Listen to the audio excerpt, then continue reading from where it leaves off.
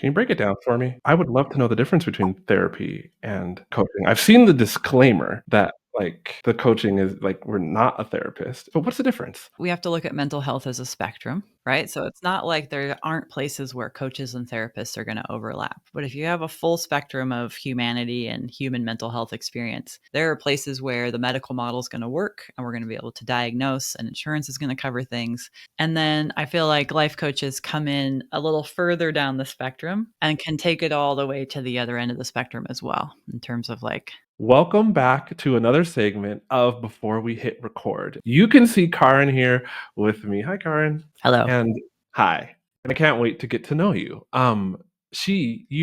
You help coaches make their businesses as great as their coaching. And I'm going to add on to that and say, when you have your guest expert episode, consultants or people that have a consulting or coaching part of their business, let's say course creator full time and then coach or consultant part time, are going to be able to benefit what you're going to talk about, which is I can't wait because you said you have 100% close rate on your discovery calls. Like what you said is you don't get any consults that don't say yes. And so in the next episode, we're going to talk about that and how you make the hidden experience and the coaching results visible so that you don't have to sell, so that your messaging and content attracts the right people to you.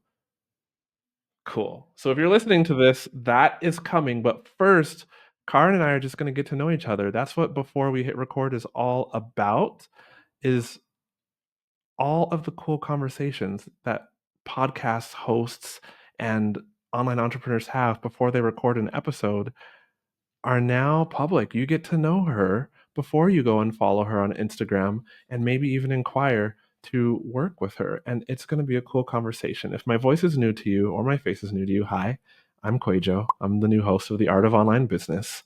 You can head down to the links in the descriptions below if you want to see where Rick went and what he's doing. And there's also another episode linked up there where you can find out more about me and why did Rick choose me to be the new host of The Art of Online Business. But one thing I can assure you is this will still be the place where you can come to get tips and tricks and strategies and behind the scenes peeks and definitely Facebook ads help, since I'm a Facebook ads manager, so that you can scale up your course creation business from low six figures to high six figures. And with that, Caryn. Hey, thanks for having me. It's good to be here. It's good to, I mean, now I need to go listen to that episode about where did Rick go and why did he choose you? So you sold me on that. Right. Well, I guess I can tell you since we're getting to know each other, right? Yeah. How did this happen? And whoever's listening to this episode doesn't have to go listen to the other one. So Rick is doing an AI project. So he decided to pivot, but not using the word pivot as many of us, including me, we use that word when we business isn't going well and we make a different direction or we change, right? But he actually, his previous business um, was going great. And he just was getting more and more excited about the AI space. And he's been doing online business now for like 10 years. And the previous direction of serving like established online course creators and coaches and membership owners, he was doing that for like at least 5 years, I believe. And so he decided to change to where his interests were. And he did. And he's doing quite well at it. Same thing, actually, helping online course creators and serving like membership owners and coaches. But now he was always he's a strategist. He's a thinker. He's like a life coach. He's very good. And so now he's applying all those same skills, but helping folks like you and me use AI in our business to reduce overwhelm, save time, help us make more profit and impact. So still like the same overall approach, but focusing on AI and how that works. But what about you? What about me? Yeah. How did you end up here? Oh, well, it started when I was a twinkle in my father's eye, and I worked. So after I was in China for 12 years. Did you know that? Yes. Okay, cool. And then I got stuck out in Mexico on a vacation with my wife and two kids, and couldn't do the business that I had running in China anymore. Just 'cause I could not pivot it, and I did have to pivot it in the full sense of how I described that word just a moment ago. Um, and I couldn't pivot it from a very niche approach to teaching Mandarin to expats, non-Chinese folks who worked in China, conversational style. I couldn't pivot that to teach Mandarin to anyone who wants to learn Mandarin around the world, though I did try, like, developing new courses and new marketing, all this.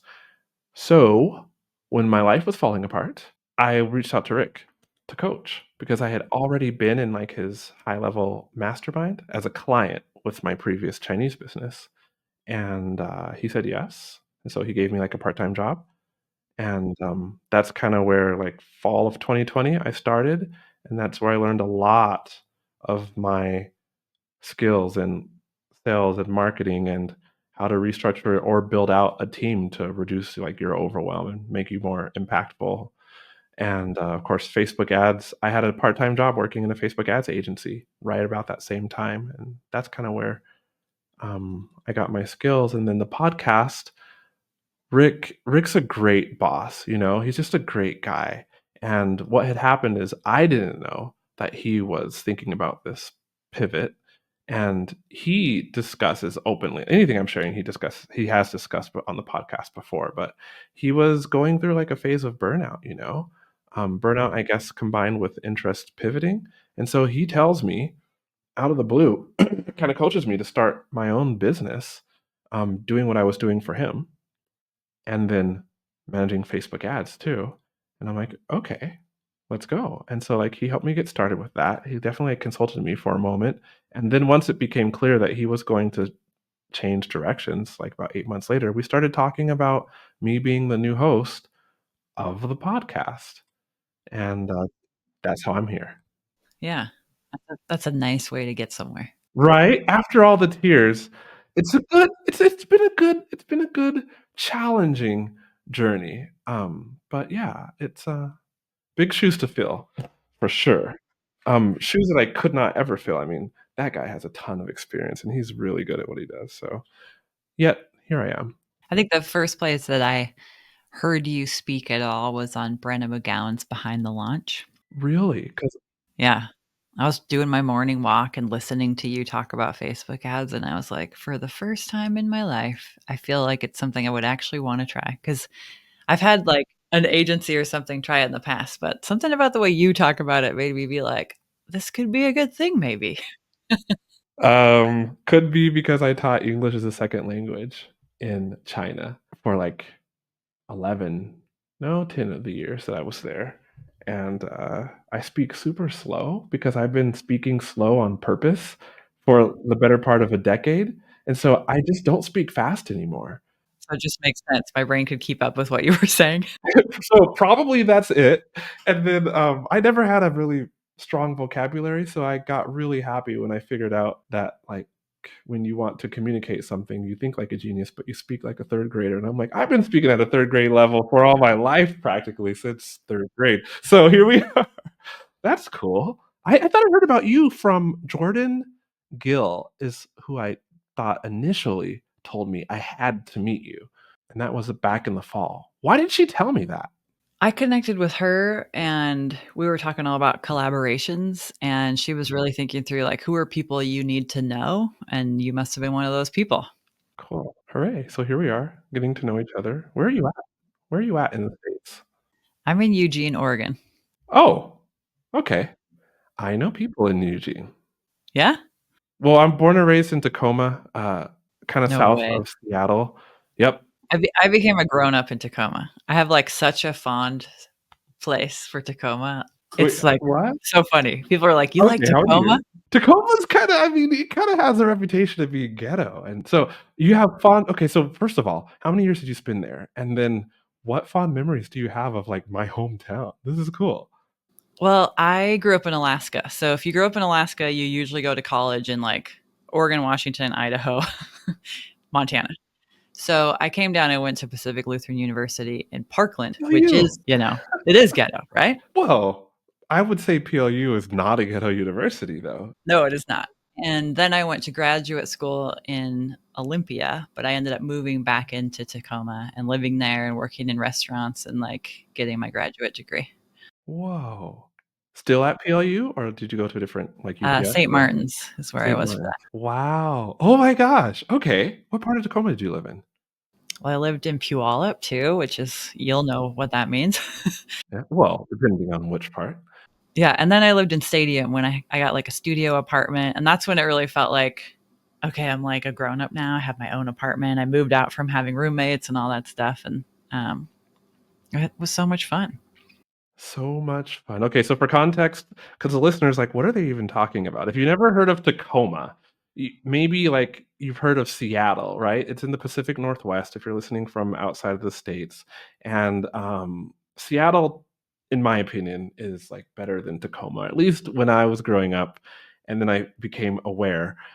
I took trips to Seattle and enjoyed it more. It's like Tacoma now has become, I feel like, almost a bedroom community of Seattle, and, like, just as the tech presence grew and grew and grew up there and prices became less and less affordable. If you wish that I could just hop into your Facebook ad manager and run your ads for you, or at least download all my 3 plus years of experience into your ads so that they would run the right way, you pretty much got your wish. There's a new offer that I made, and my clients so far are loving it. It's called Facebook Ads to Success, and that means for you, I can coach you one on one so that you can successfully run your lead generation ad campaigns, your launch registration ad campaigns, even your sales funnel, SLO, self liquidating offer funnel ad campaign. Here's how it will work: we will have 3 calls within 30 days.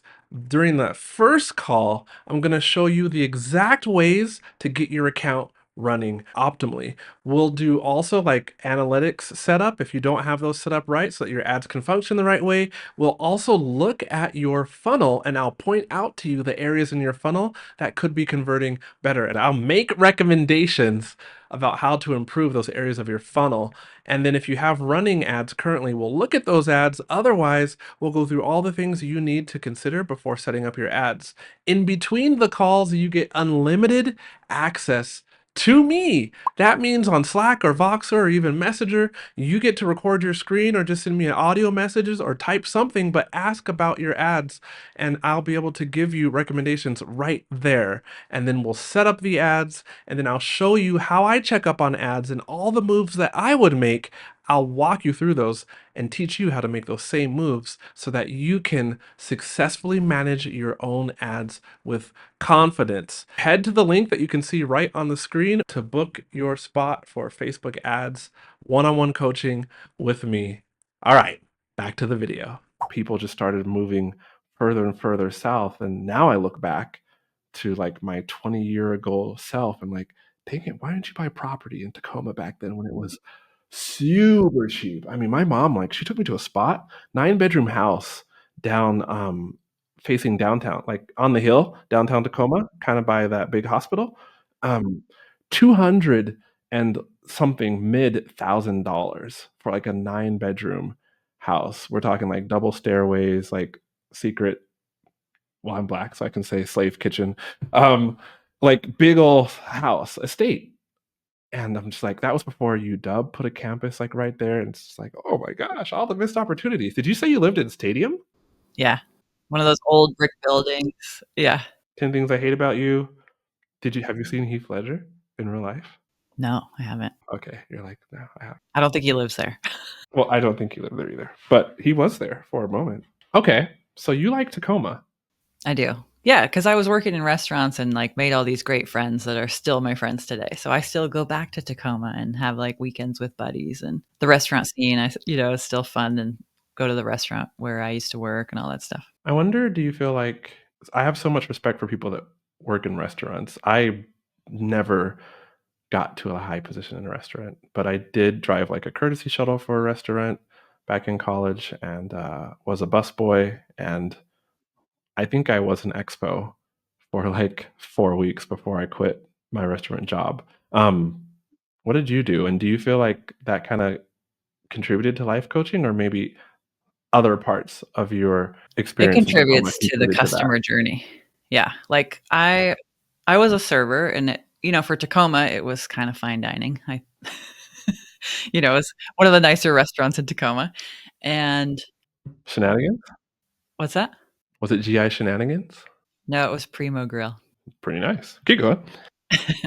So, I think about the customer journey a lot and how that moment where somebody first interacts with you and, like, you take their hand and lead them through this experience and what it's like for them, and the idea in restaurants that the best thing you can do is get someone to come back within the week that they visit your restaurant for the first time. And so that's something that I always take a lot of ownership over.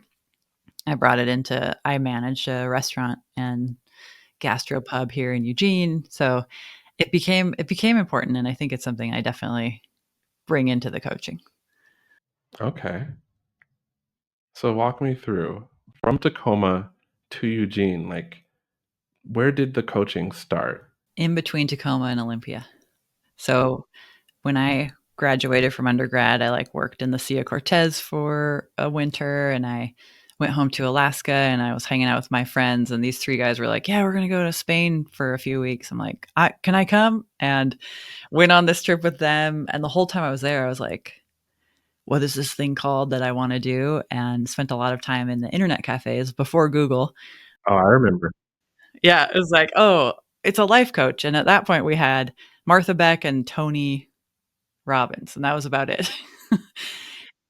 And then it was like, "Okay, but who wants a 23-year-old life coach, and is it real, and will it be regulated?" So then I went and got my master's in counseling psychology, worked as a therapist for a little while, and then was like, "Hold up, this is not what I signed up for." So then I went and got into coaching for real. Huh, because I guess at that point, counseling and therapy makes sense if you wanna be a life coach, and there weren't tons necessarily like, Brooke Castillo wasn't running around with a life coach school. Mhm. I found her later. Even though counseling and therapy, and you didn't like that, but something still kept you going because, like, plenty of people probably could have just made a complete 180, but you just decided that wasn't working, but you would still pursue the path to become a coach? Yeah. I had this moment of clarity on a bed in Thailand. I was sitting there and I was like, "Wait a minute. This is not fair for my clients, for me to expect them to be coaching clients when they come in for therapy, and it's not fair for me to go to work wanting to be a life coach and then having to be a therapist." So after that, I never went back. Nice. Can you break it down for me? Maybe the listener too, but I would love to know the difference between therapy and coaching. I've seen the disclaimer that, like, the coaching is like, we're not a therapist, and but you can say you are a therapist, but what's the difference?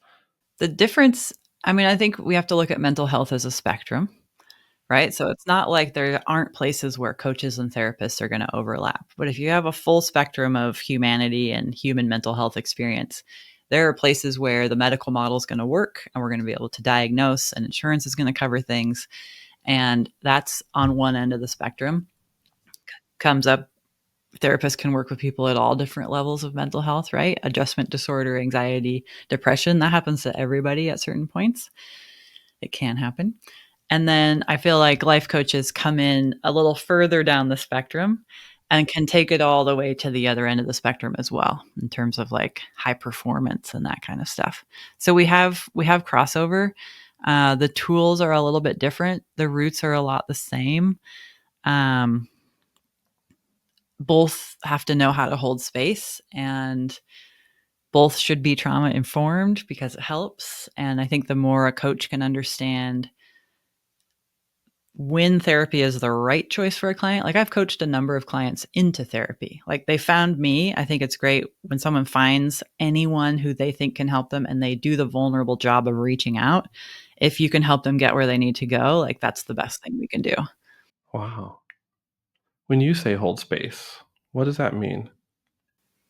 That means being with a person in service of whatever is happening for them, for their agenda, or like it's not about what I can see or need or want or need. Like I don't need you to feel or do or be a certain way. I'm just here in reflection and witnessing, and yeah, two people for one person. Okay, 2 people for 1 person. The first time I met a anybody that was doing anything similar to coaching was in Rick's program, and I remember in my very uneducated, way, I on a team call, I was like, "Whatever you guys are doing, I wanna be able to do this too, because it's working." Because when you're talking to people about business, they end up crying. And in my, like, basic understanding, it's like, if you're coaching someone well, they cry.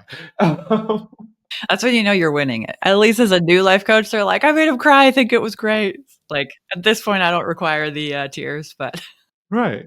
Well, but I didn't. I had no concept of what was going on, except for I came to the coaching program with, like, consulting. Like, "You got an issue? I'll tell you what I've seen work most of the time, yeah, I'll tell you what to do," right? But, like, they were asking questions and then more questions, and it's like, "Oh, I'm gonna ask you about this because somebody who was on the podcast before had said that if you're coaching somebody, you're doing your client a disservice if you don't move into consulting after you've coached them." We'll hold on to that. Tell me what you think about that. But what I was seeing inside of Rick's business was that they weren't just consulting, they were asking questions on questions, and it became clear then what decisions or business changes needed to be made because they were really good at asking questions. Usually some tears were shed, and then, like, the consulting part kinda came in, and I was just like, "Wow, okay," because I noticed the result, which was that when I just consulted, people were like, "If this didn't work, it's 'cause QUAY.jo told me to do it." But because they were coaching and then consulting, it was like there was kinda buy-in on a decision, like, they were coaching people and then consulting them in the decision that was chosen to go in.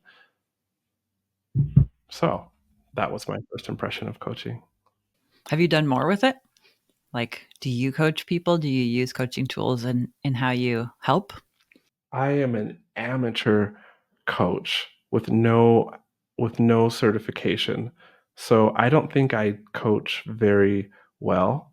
I did buy 2 books that I read, and for a time, let's say 13 months, like, I was really good at asking, let's say in an hour strategy call, I would ask questions for about 20 minutes before I moved, like, to the consulting, "This is what you do" part, and I learned about the thought model, though I still carry it in my mind, like, I don't actively use it in my strategy calls or consulting.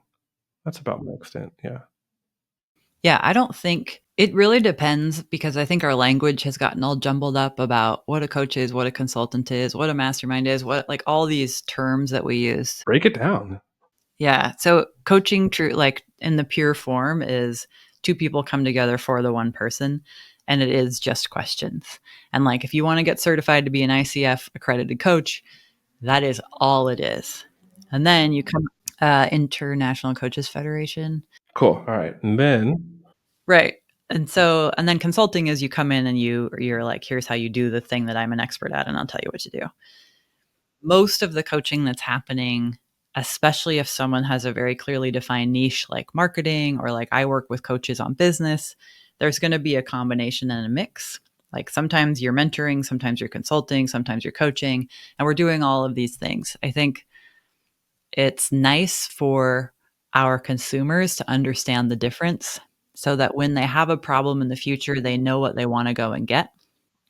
So, like, I wanna go get someone to tell me what to do, so I wanna get a consultant. I don't wanna go hire a coach to tell me what to do.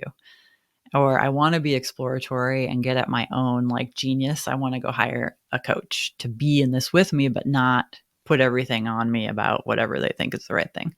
And I do a mix of all the things. And generally, I like to say, like, "This isn't coaching, but, like, do you wanna coach on this first? Do you want me to tell you the options of what I see happening in the market?" Like, more of a menu. wow, okay. I tell people I'm, like, 15% coaching and the rest of the percentage because math consulting. I'm more like 85% coaching. Well, maybe a little less than that, 65% at least. I can definitely say though, I've gotten both, or I've received both, and the coaching was more transformative for me because I've gotten the answers. I guess before I had the answers and before I understood coaching, I knew I had the answers, but somehow couldn't put it figure it out and put it together. And then after I learned about coaching, and then once I started receiving coaching, I was like, "Oh." I have the answer, but these things in my head are in the way of me just going and doing the answer and seeing it work, brilliantly well. And yeah, It's nice, right? it's super nice. It's super nice. So then, how long have you lived in Eugene? Maybe 12 years. Okay, cool. Yeah. And where are you now?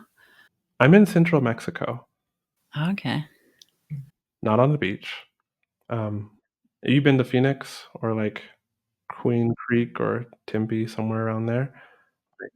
So where I live is like there, like cacti everywhere, all the critters, and like the odd scorpion and tarantula and snake. But we don't have the extremes in weather. So our winters are not that cold. Summers aren't that hot.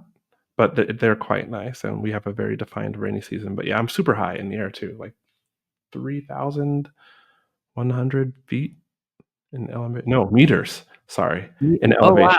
Yeah, Okay. we're like Hi. higher than Utah and Colorado and many spots there. Obviously, not every spot, but we're pretty high. How do, did it take a while to adjust to living up there? Yes, no, yes, Because you grew up at sea level. yeah. No, I've lived higher. I've lived higher though, is a thing.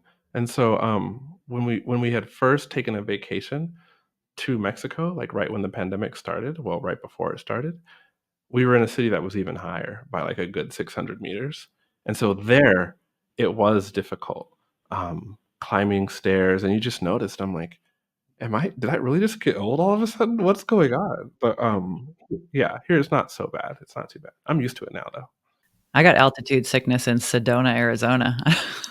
Like, I don't know what the deal is, but yeah, I don't know. Maybe I'm more sensitive growing up on a. I grew up like on an island where we were on the water all the time. Oh, nice. Okay. Well, maybe was it vortex sickness if you were in Sedona? I mean, it could have been. I don't even know. I'll have to look that up later. Yeah, I don't think that exists. I just remember the one time I went to Sedona, Arizona, there was lots of dream catchers, lots of vortex stuff, and these pink four-wheel off-road Jeep rides that took you on terrain. Yeah, those were scary. But yeah, so that was my Sedona. That's my Sedona memory. Well, what should I know about you that maybe everyone hasn't already heard? Oh, that everyone hasn't already heard. That should be an easy question to answer. I'm stalling while my subconscious comes up with something because I have figured out that I don't actually talk about myself enough, and I get DMs and people don't really know me at all. So something that you should know about me that people haven't already heard? I can't think of an answer. I guess the basics of me are I really like being in a different country and encountering different cultures. And I think if I wasn't teaching Facebook ads and to an extent how to make online courses more successful, like because actually I could have gone either way. Um, when I had to choose, because I had had training and had worked in both the ads agency and with Rick, like coaching and consulting, both of my skills were equally developed. And actually, I wanted to go the coaching route, but then, like, I'm the sole earner in my household. And so I had to look at coaching. And that's actually something I'll ask you in the next episode. Like, how do you in a niche as a coach where sometimes the results can be hard to define, but then as a coach who is successful and bringing in more clients and getting success for a client in a craft that can sometimes success can be hard to pin down, even though there is success, right? How do you do that? How do you define these things? And so for me, I kind of looked at that and decided, with Facebook ads, it's just the way forward to scaling up a Facebook ads business for me at the time was more straightforward and easily attainable, and so I chose to go that route and then coach on the side, so to speak, or do strategy calls on the side. So, yeah. Cool. Okay. Yeah, I mean, I think one of the things I love about coaching is there's not a single job that I've ever come across that isn't improved by someone having coaching skills. Yes. Yeah, so going any route and tapping into some great revenue generation and having this in your back pocket, that's fantastic. I still don't know what to say about, like, what's something that people wouldn't know about me that I could share. Got any other questions? What was the thing you were super excited about when you were a middle schooler? Oh, geez. Middle school is horrible. Such a weird time of life. It was weird for me. Weird, like, I had this favorite outfit. So I had a flat top, and it was kinda lopsided, and I was slightly overweight. And then my favorite outfit was predominantly green, like a green Champion shirt. But see, this was, like, before Champion had, like, its resurgence and became popular.